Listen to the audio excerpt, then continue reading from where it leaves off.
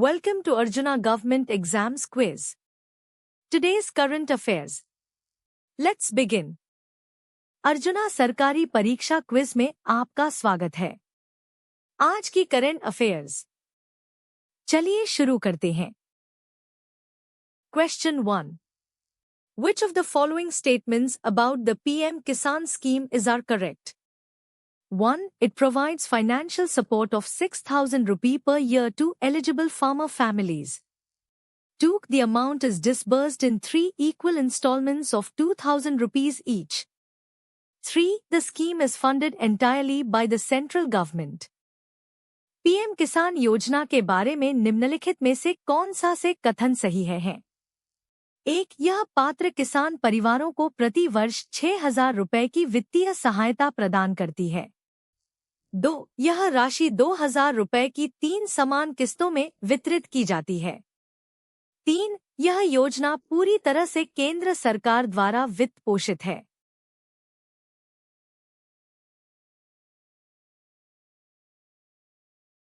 The correct answer is 1, 2 and 3. The PM Kisan scheme provides 6,000 rupee per year to eligible farmer families in 3 equal installments of 2,000 rupees each, and it is a central sector scheme, meaning it is entirely funded by the central government. सही उत्तर है 1, 2 और 3। PM किसान योजना पात्र किसान परिवारों को प्रति वर्ष 6,000 रुपए की वित्तीय सहायता प्रदान करती है, जो 2,000 रुपए की 3 समान किस्तों में वितरित की जाती है। यह एक केंद्रीय क्षेत्र की योजना है, जिसका अर्थ है कि यह पूरी तरह से केंद्र सरकार द्वारा वित्त पोषित है। Question 2. The National Eligibility Cum Entrance Test (NET) is conducted for admission to which of the following courses? राष्ट्रीय पात्रता सह प्रवेश परीक्षा (NET) निम्नलिखित में से किस पाठ्यक्रम में प्रवेश के लिए आयोजित की जाती है?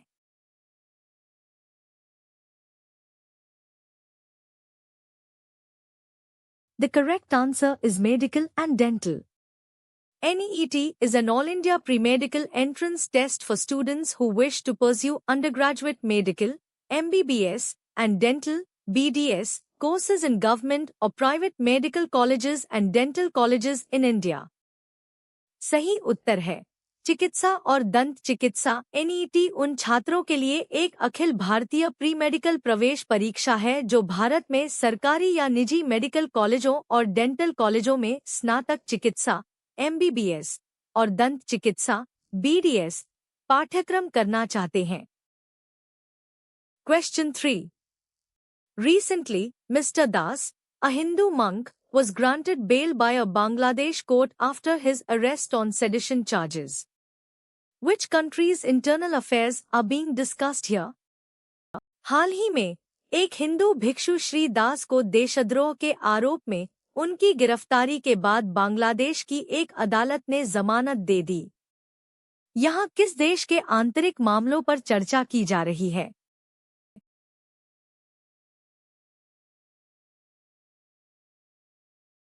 The correct answer is Bangladesh.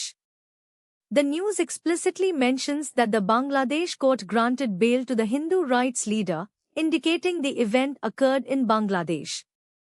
सही उत्तर है बांग्लादेश। खबर में स्पष्ट रूप से बताया गया है कि बांग्लादेश की अदालत ने हिंदू अधिकार नेता को जमानत दी, जो दर्शाता है कि यह घटना बांग्लादेश में हुई थी। Question 4. A shopkeeper sells an item for 1,200 rupees, making a profit of 20%. What was the cost price of the item? एक दुकानदार एक वस्तु को 1,200 रुपए में बेचता है, जिससे उसे 20% का लाभ होता है। वस्तु का क्रय मूल्य क्या था?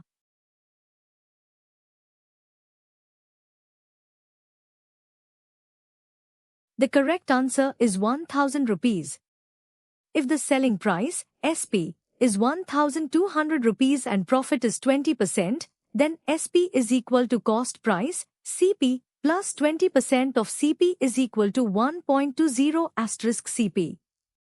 So, CP is equal to 1200/1.20 is equal to 1000 rupees.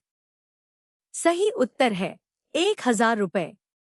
यदि विक्रय मूल्य SP 1200 रुपए है और लाभ 20% है, तो SP क्रय मूल्य CP प्लस CP का 20% 1.20 CP। इसलिए CP 1200 बटा 1.20 1000 रुपए। Question 5. The ratio of two numbers is 3:5. If each number is increased by 10, the ratio becomes 5:7. What are the original numbers? दो संख्याओं का अनुपात 3:05 है। यदि प्रत्येक संख्या में 10 की वृद्धि की जाती है, तो अनुपात 5:07 हो जाता है। मूल संख्याएं क्या हैं?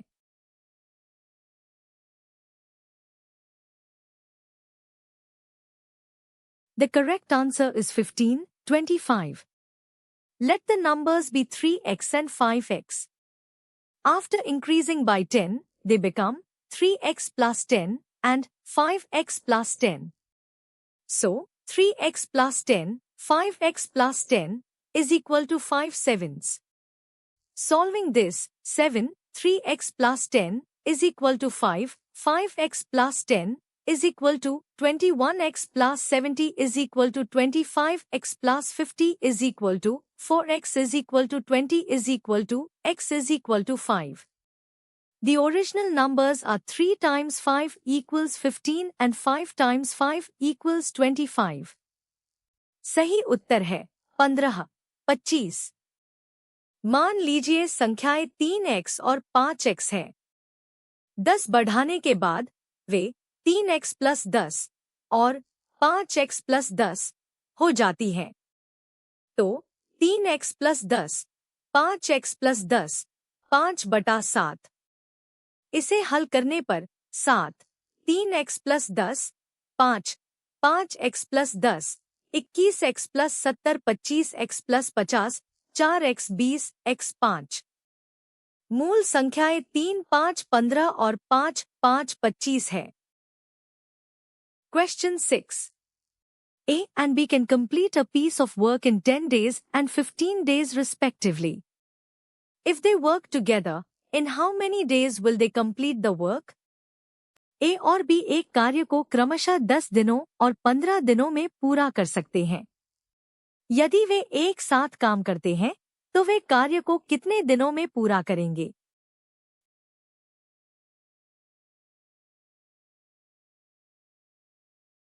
The correct answer is 6 days.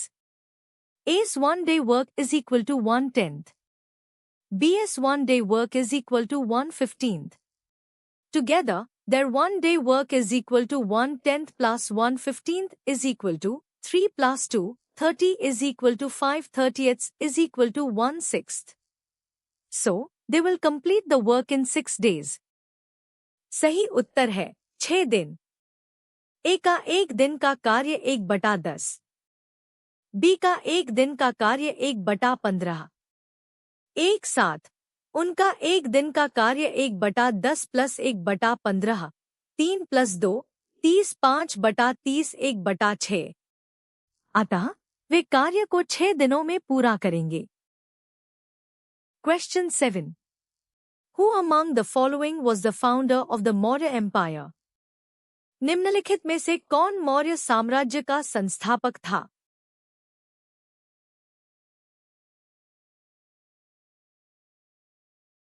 The correct answer is Chandragupta Maurya.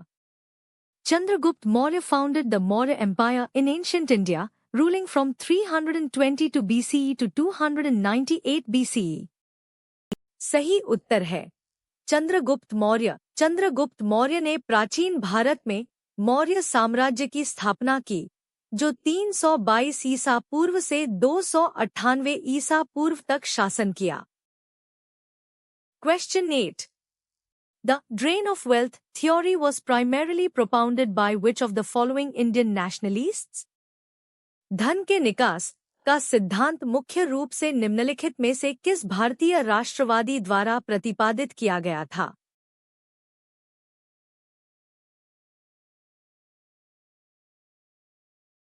The correct answer is Dadabhai Naoroji. Dadabhai Naoroji, known as the Grand Old Man of India, was the first to articulate the theory of drain of wealth from India to Britain. सही उत्तर है दादाभाई नौरोजी। दादाभाई नौरोजी, जिन्हें भारत के वयोवृद्ध पुरुष के रूप में जाना जाता है, ने भारत से ब्रिटेन में धन के निकास के सिद्धांत को सबसे पहले प्रतिपादित किया था। Question 9. Which article of the Indian Constitution abolishes untouchability? भारतीय संविधान का कौन सा अनुच्छेद अस्पृश्यता को समाप्त करता है?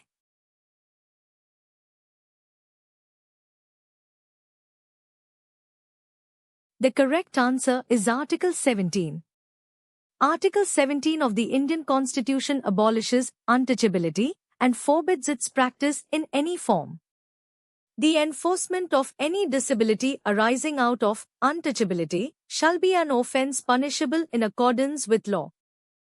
सही उत्तर है अनुच्छेद 17। भारतीय संविधान का अनुच्छेद 17 अस्पृश्यता को समाप्त करता है और किसी भी रूप में इसके अभ्यास को प्रतिबंधित करता है। अस्पृश्यता से उत्पन्न होने वाली किसी भी अक्षमता को लागू करना कानून के अनुसार दंडनीय अपराध होगा। Question 10. The President of India can be removed from office by a process of impeachment for violation of the Constitution. This process is initiated in which of the following? Bharat के राष्ट्रपति को संविधान के उल्लंघन के लिए महाभियोग की प्रक्रिया द्वारा पद से हटाया जा सकता है। यह प्रक्रिया निम्नलिखित में से किसमें शुरू की जाती है?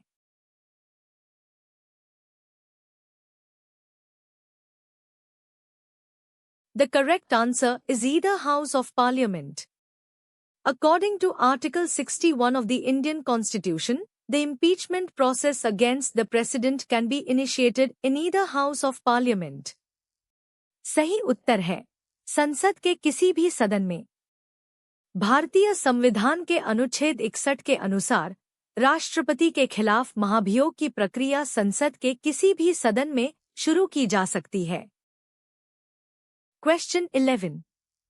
Which of the following is the highest peak in the Aravalli range? निम्नलिखित में से कौन अरावली पर्वतमाला की सबसे ऊंची चोटी है?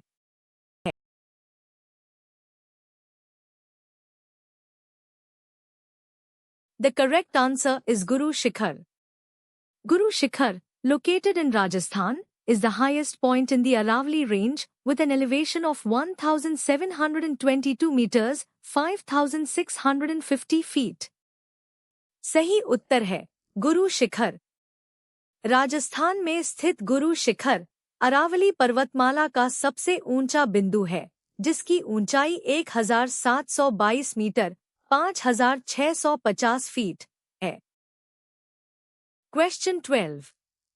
What does the term fiscal deficit primarily refer to? राजकोषीय घाटा शब्द मुख्य रूप से किसे संदर्भित करता है?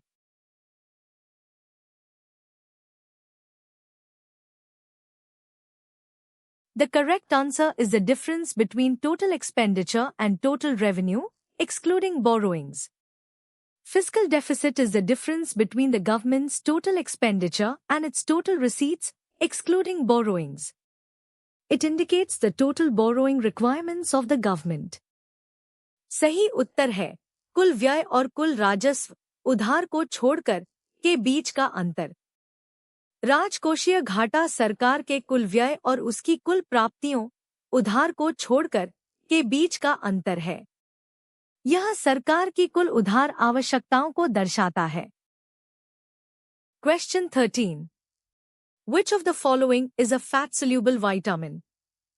निम्नलिखित में से कौन सा वसा में घुलनशील विटामिन है?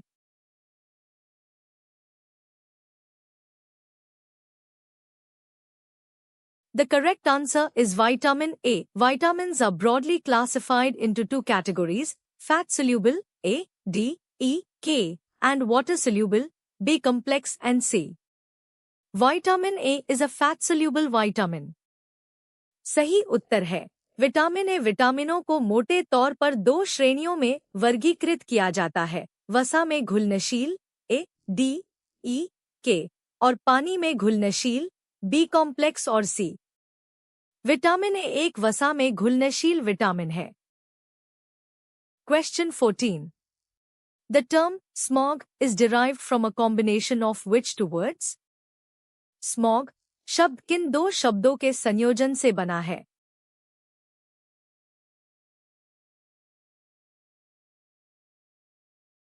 The correct answer is smoke and fog.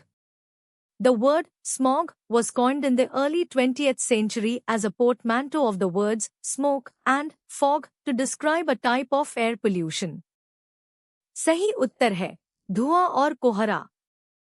Smog शब्द 20वीं सदी की शुरुआत में स्मोक धुआं और फॉग कोहरा शब्दों के मेल से गढ़ा गया था, जो एक प्रकार के वायु प्रदूषण का वर्णन करता है।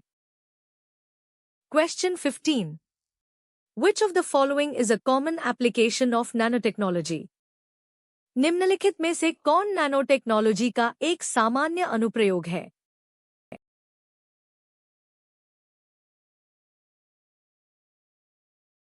The correct answer is development of highly efficient solar cells. Nanotechnology involves manipulating matter at the atomic and molecular scale. It is used in developing highly efficient solar cells by creating nanoscale structures that enhance light absorption and energy conversion. सही उत्तर है अत्यधिक कुशल सौर कोशिकाओं का विकास। Nanotechnology में परमाणु और आणविक स्तर पर पदार्थ में हेरफेर करना शामिल है। इसका उपयोग अत्यधिक कुशल सौर कोशिकाओं को विकसित करने में किया जाता है, जो नैनोस्केल संरचनाएं बनाकर प्रकाश अवशोषण और ऊर्जा रूपांतरण को बढ़ाते हैं। Thanks for watching. Subscribe to Arjuna government exams quiz for a new quiz every day. देखने के लिए धन्यवाद। हर दिन नई क्विज के लिए अर्जुना सरकारी परीक्षा क्विज को सब्सक्राइब करें।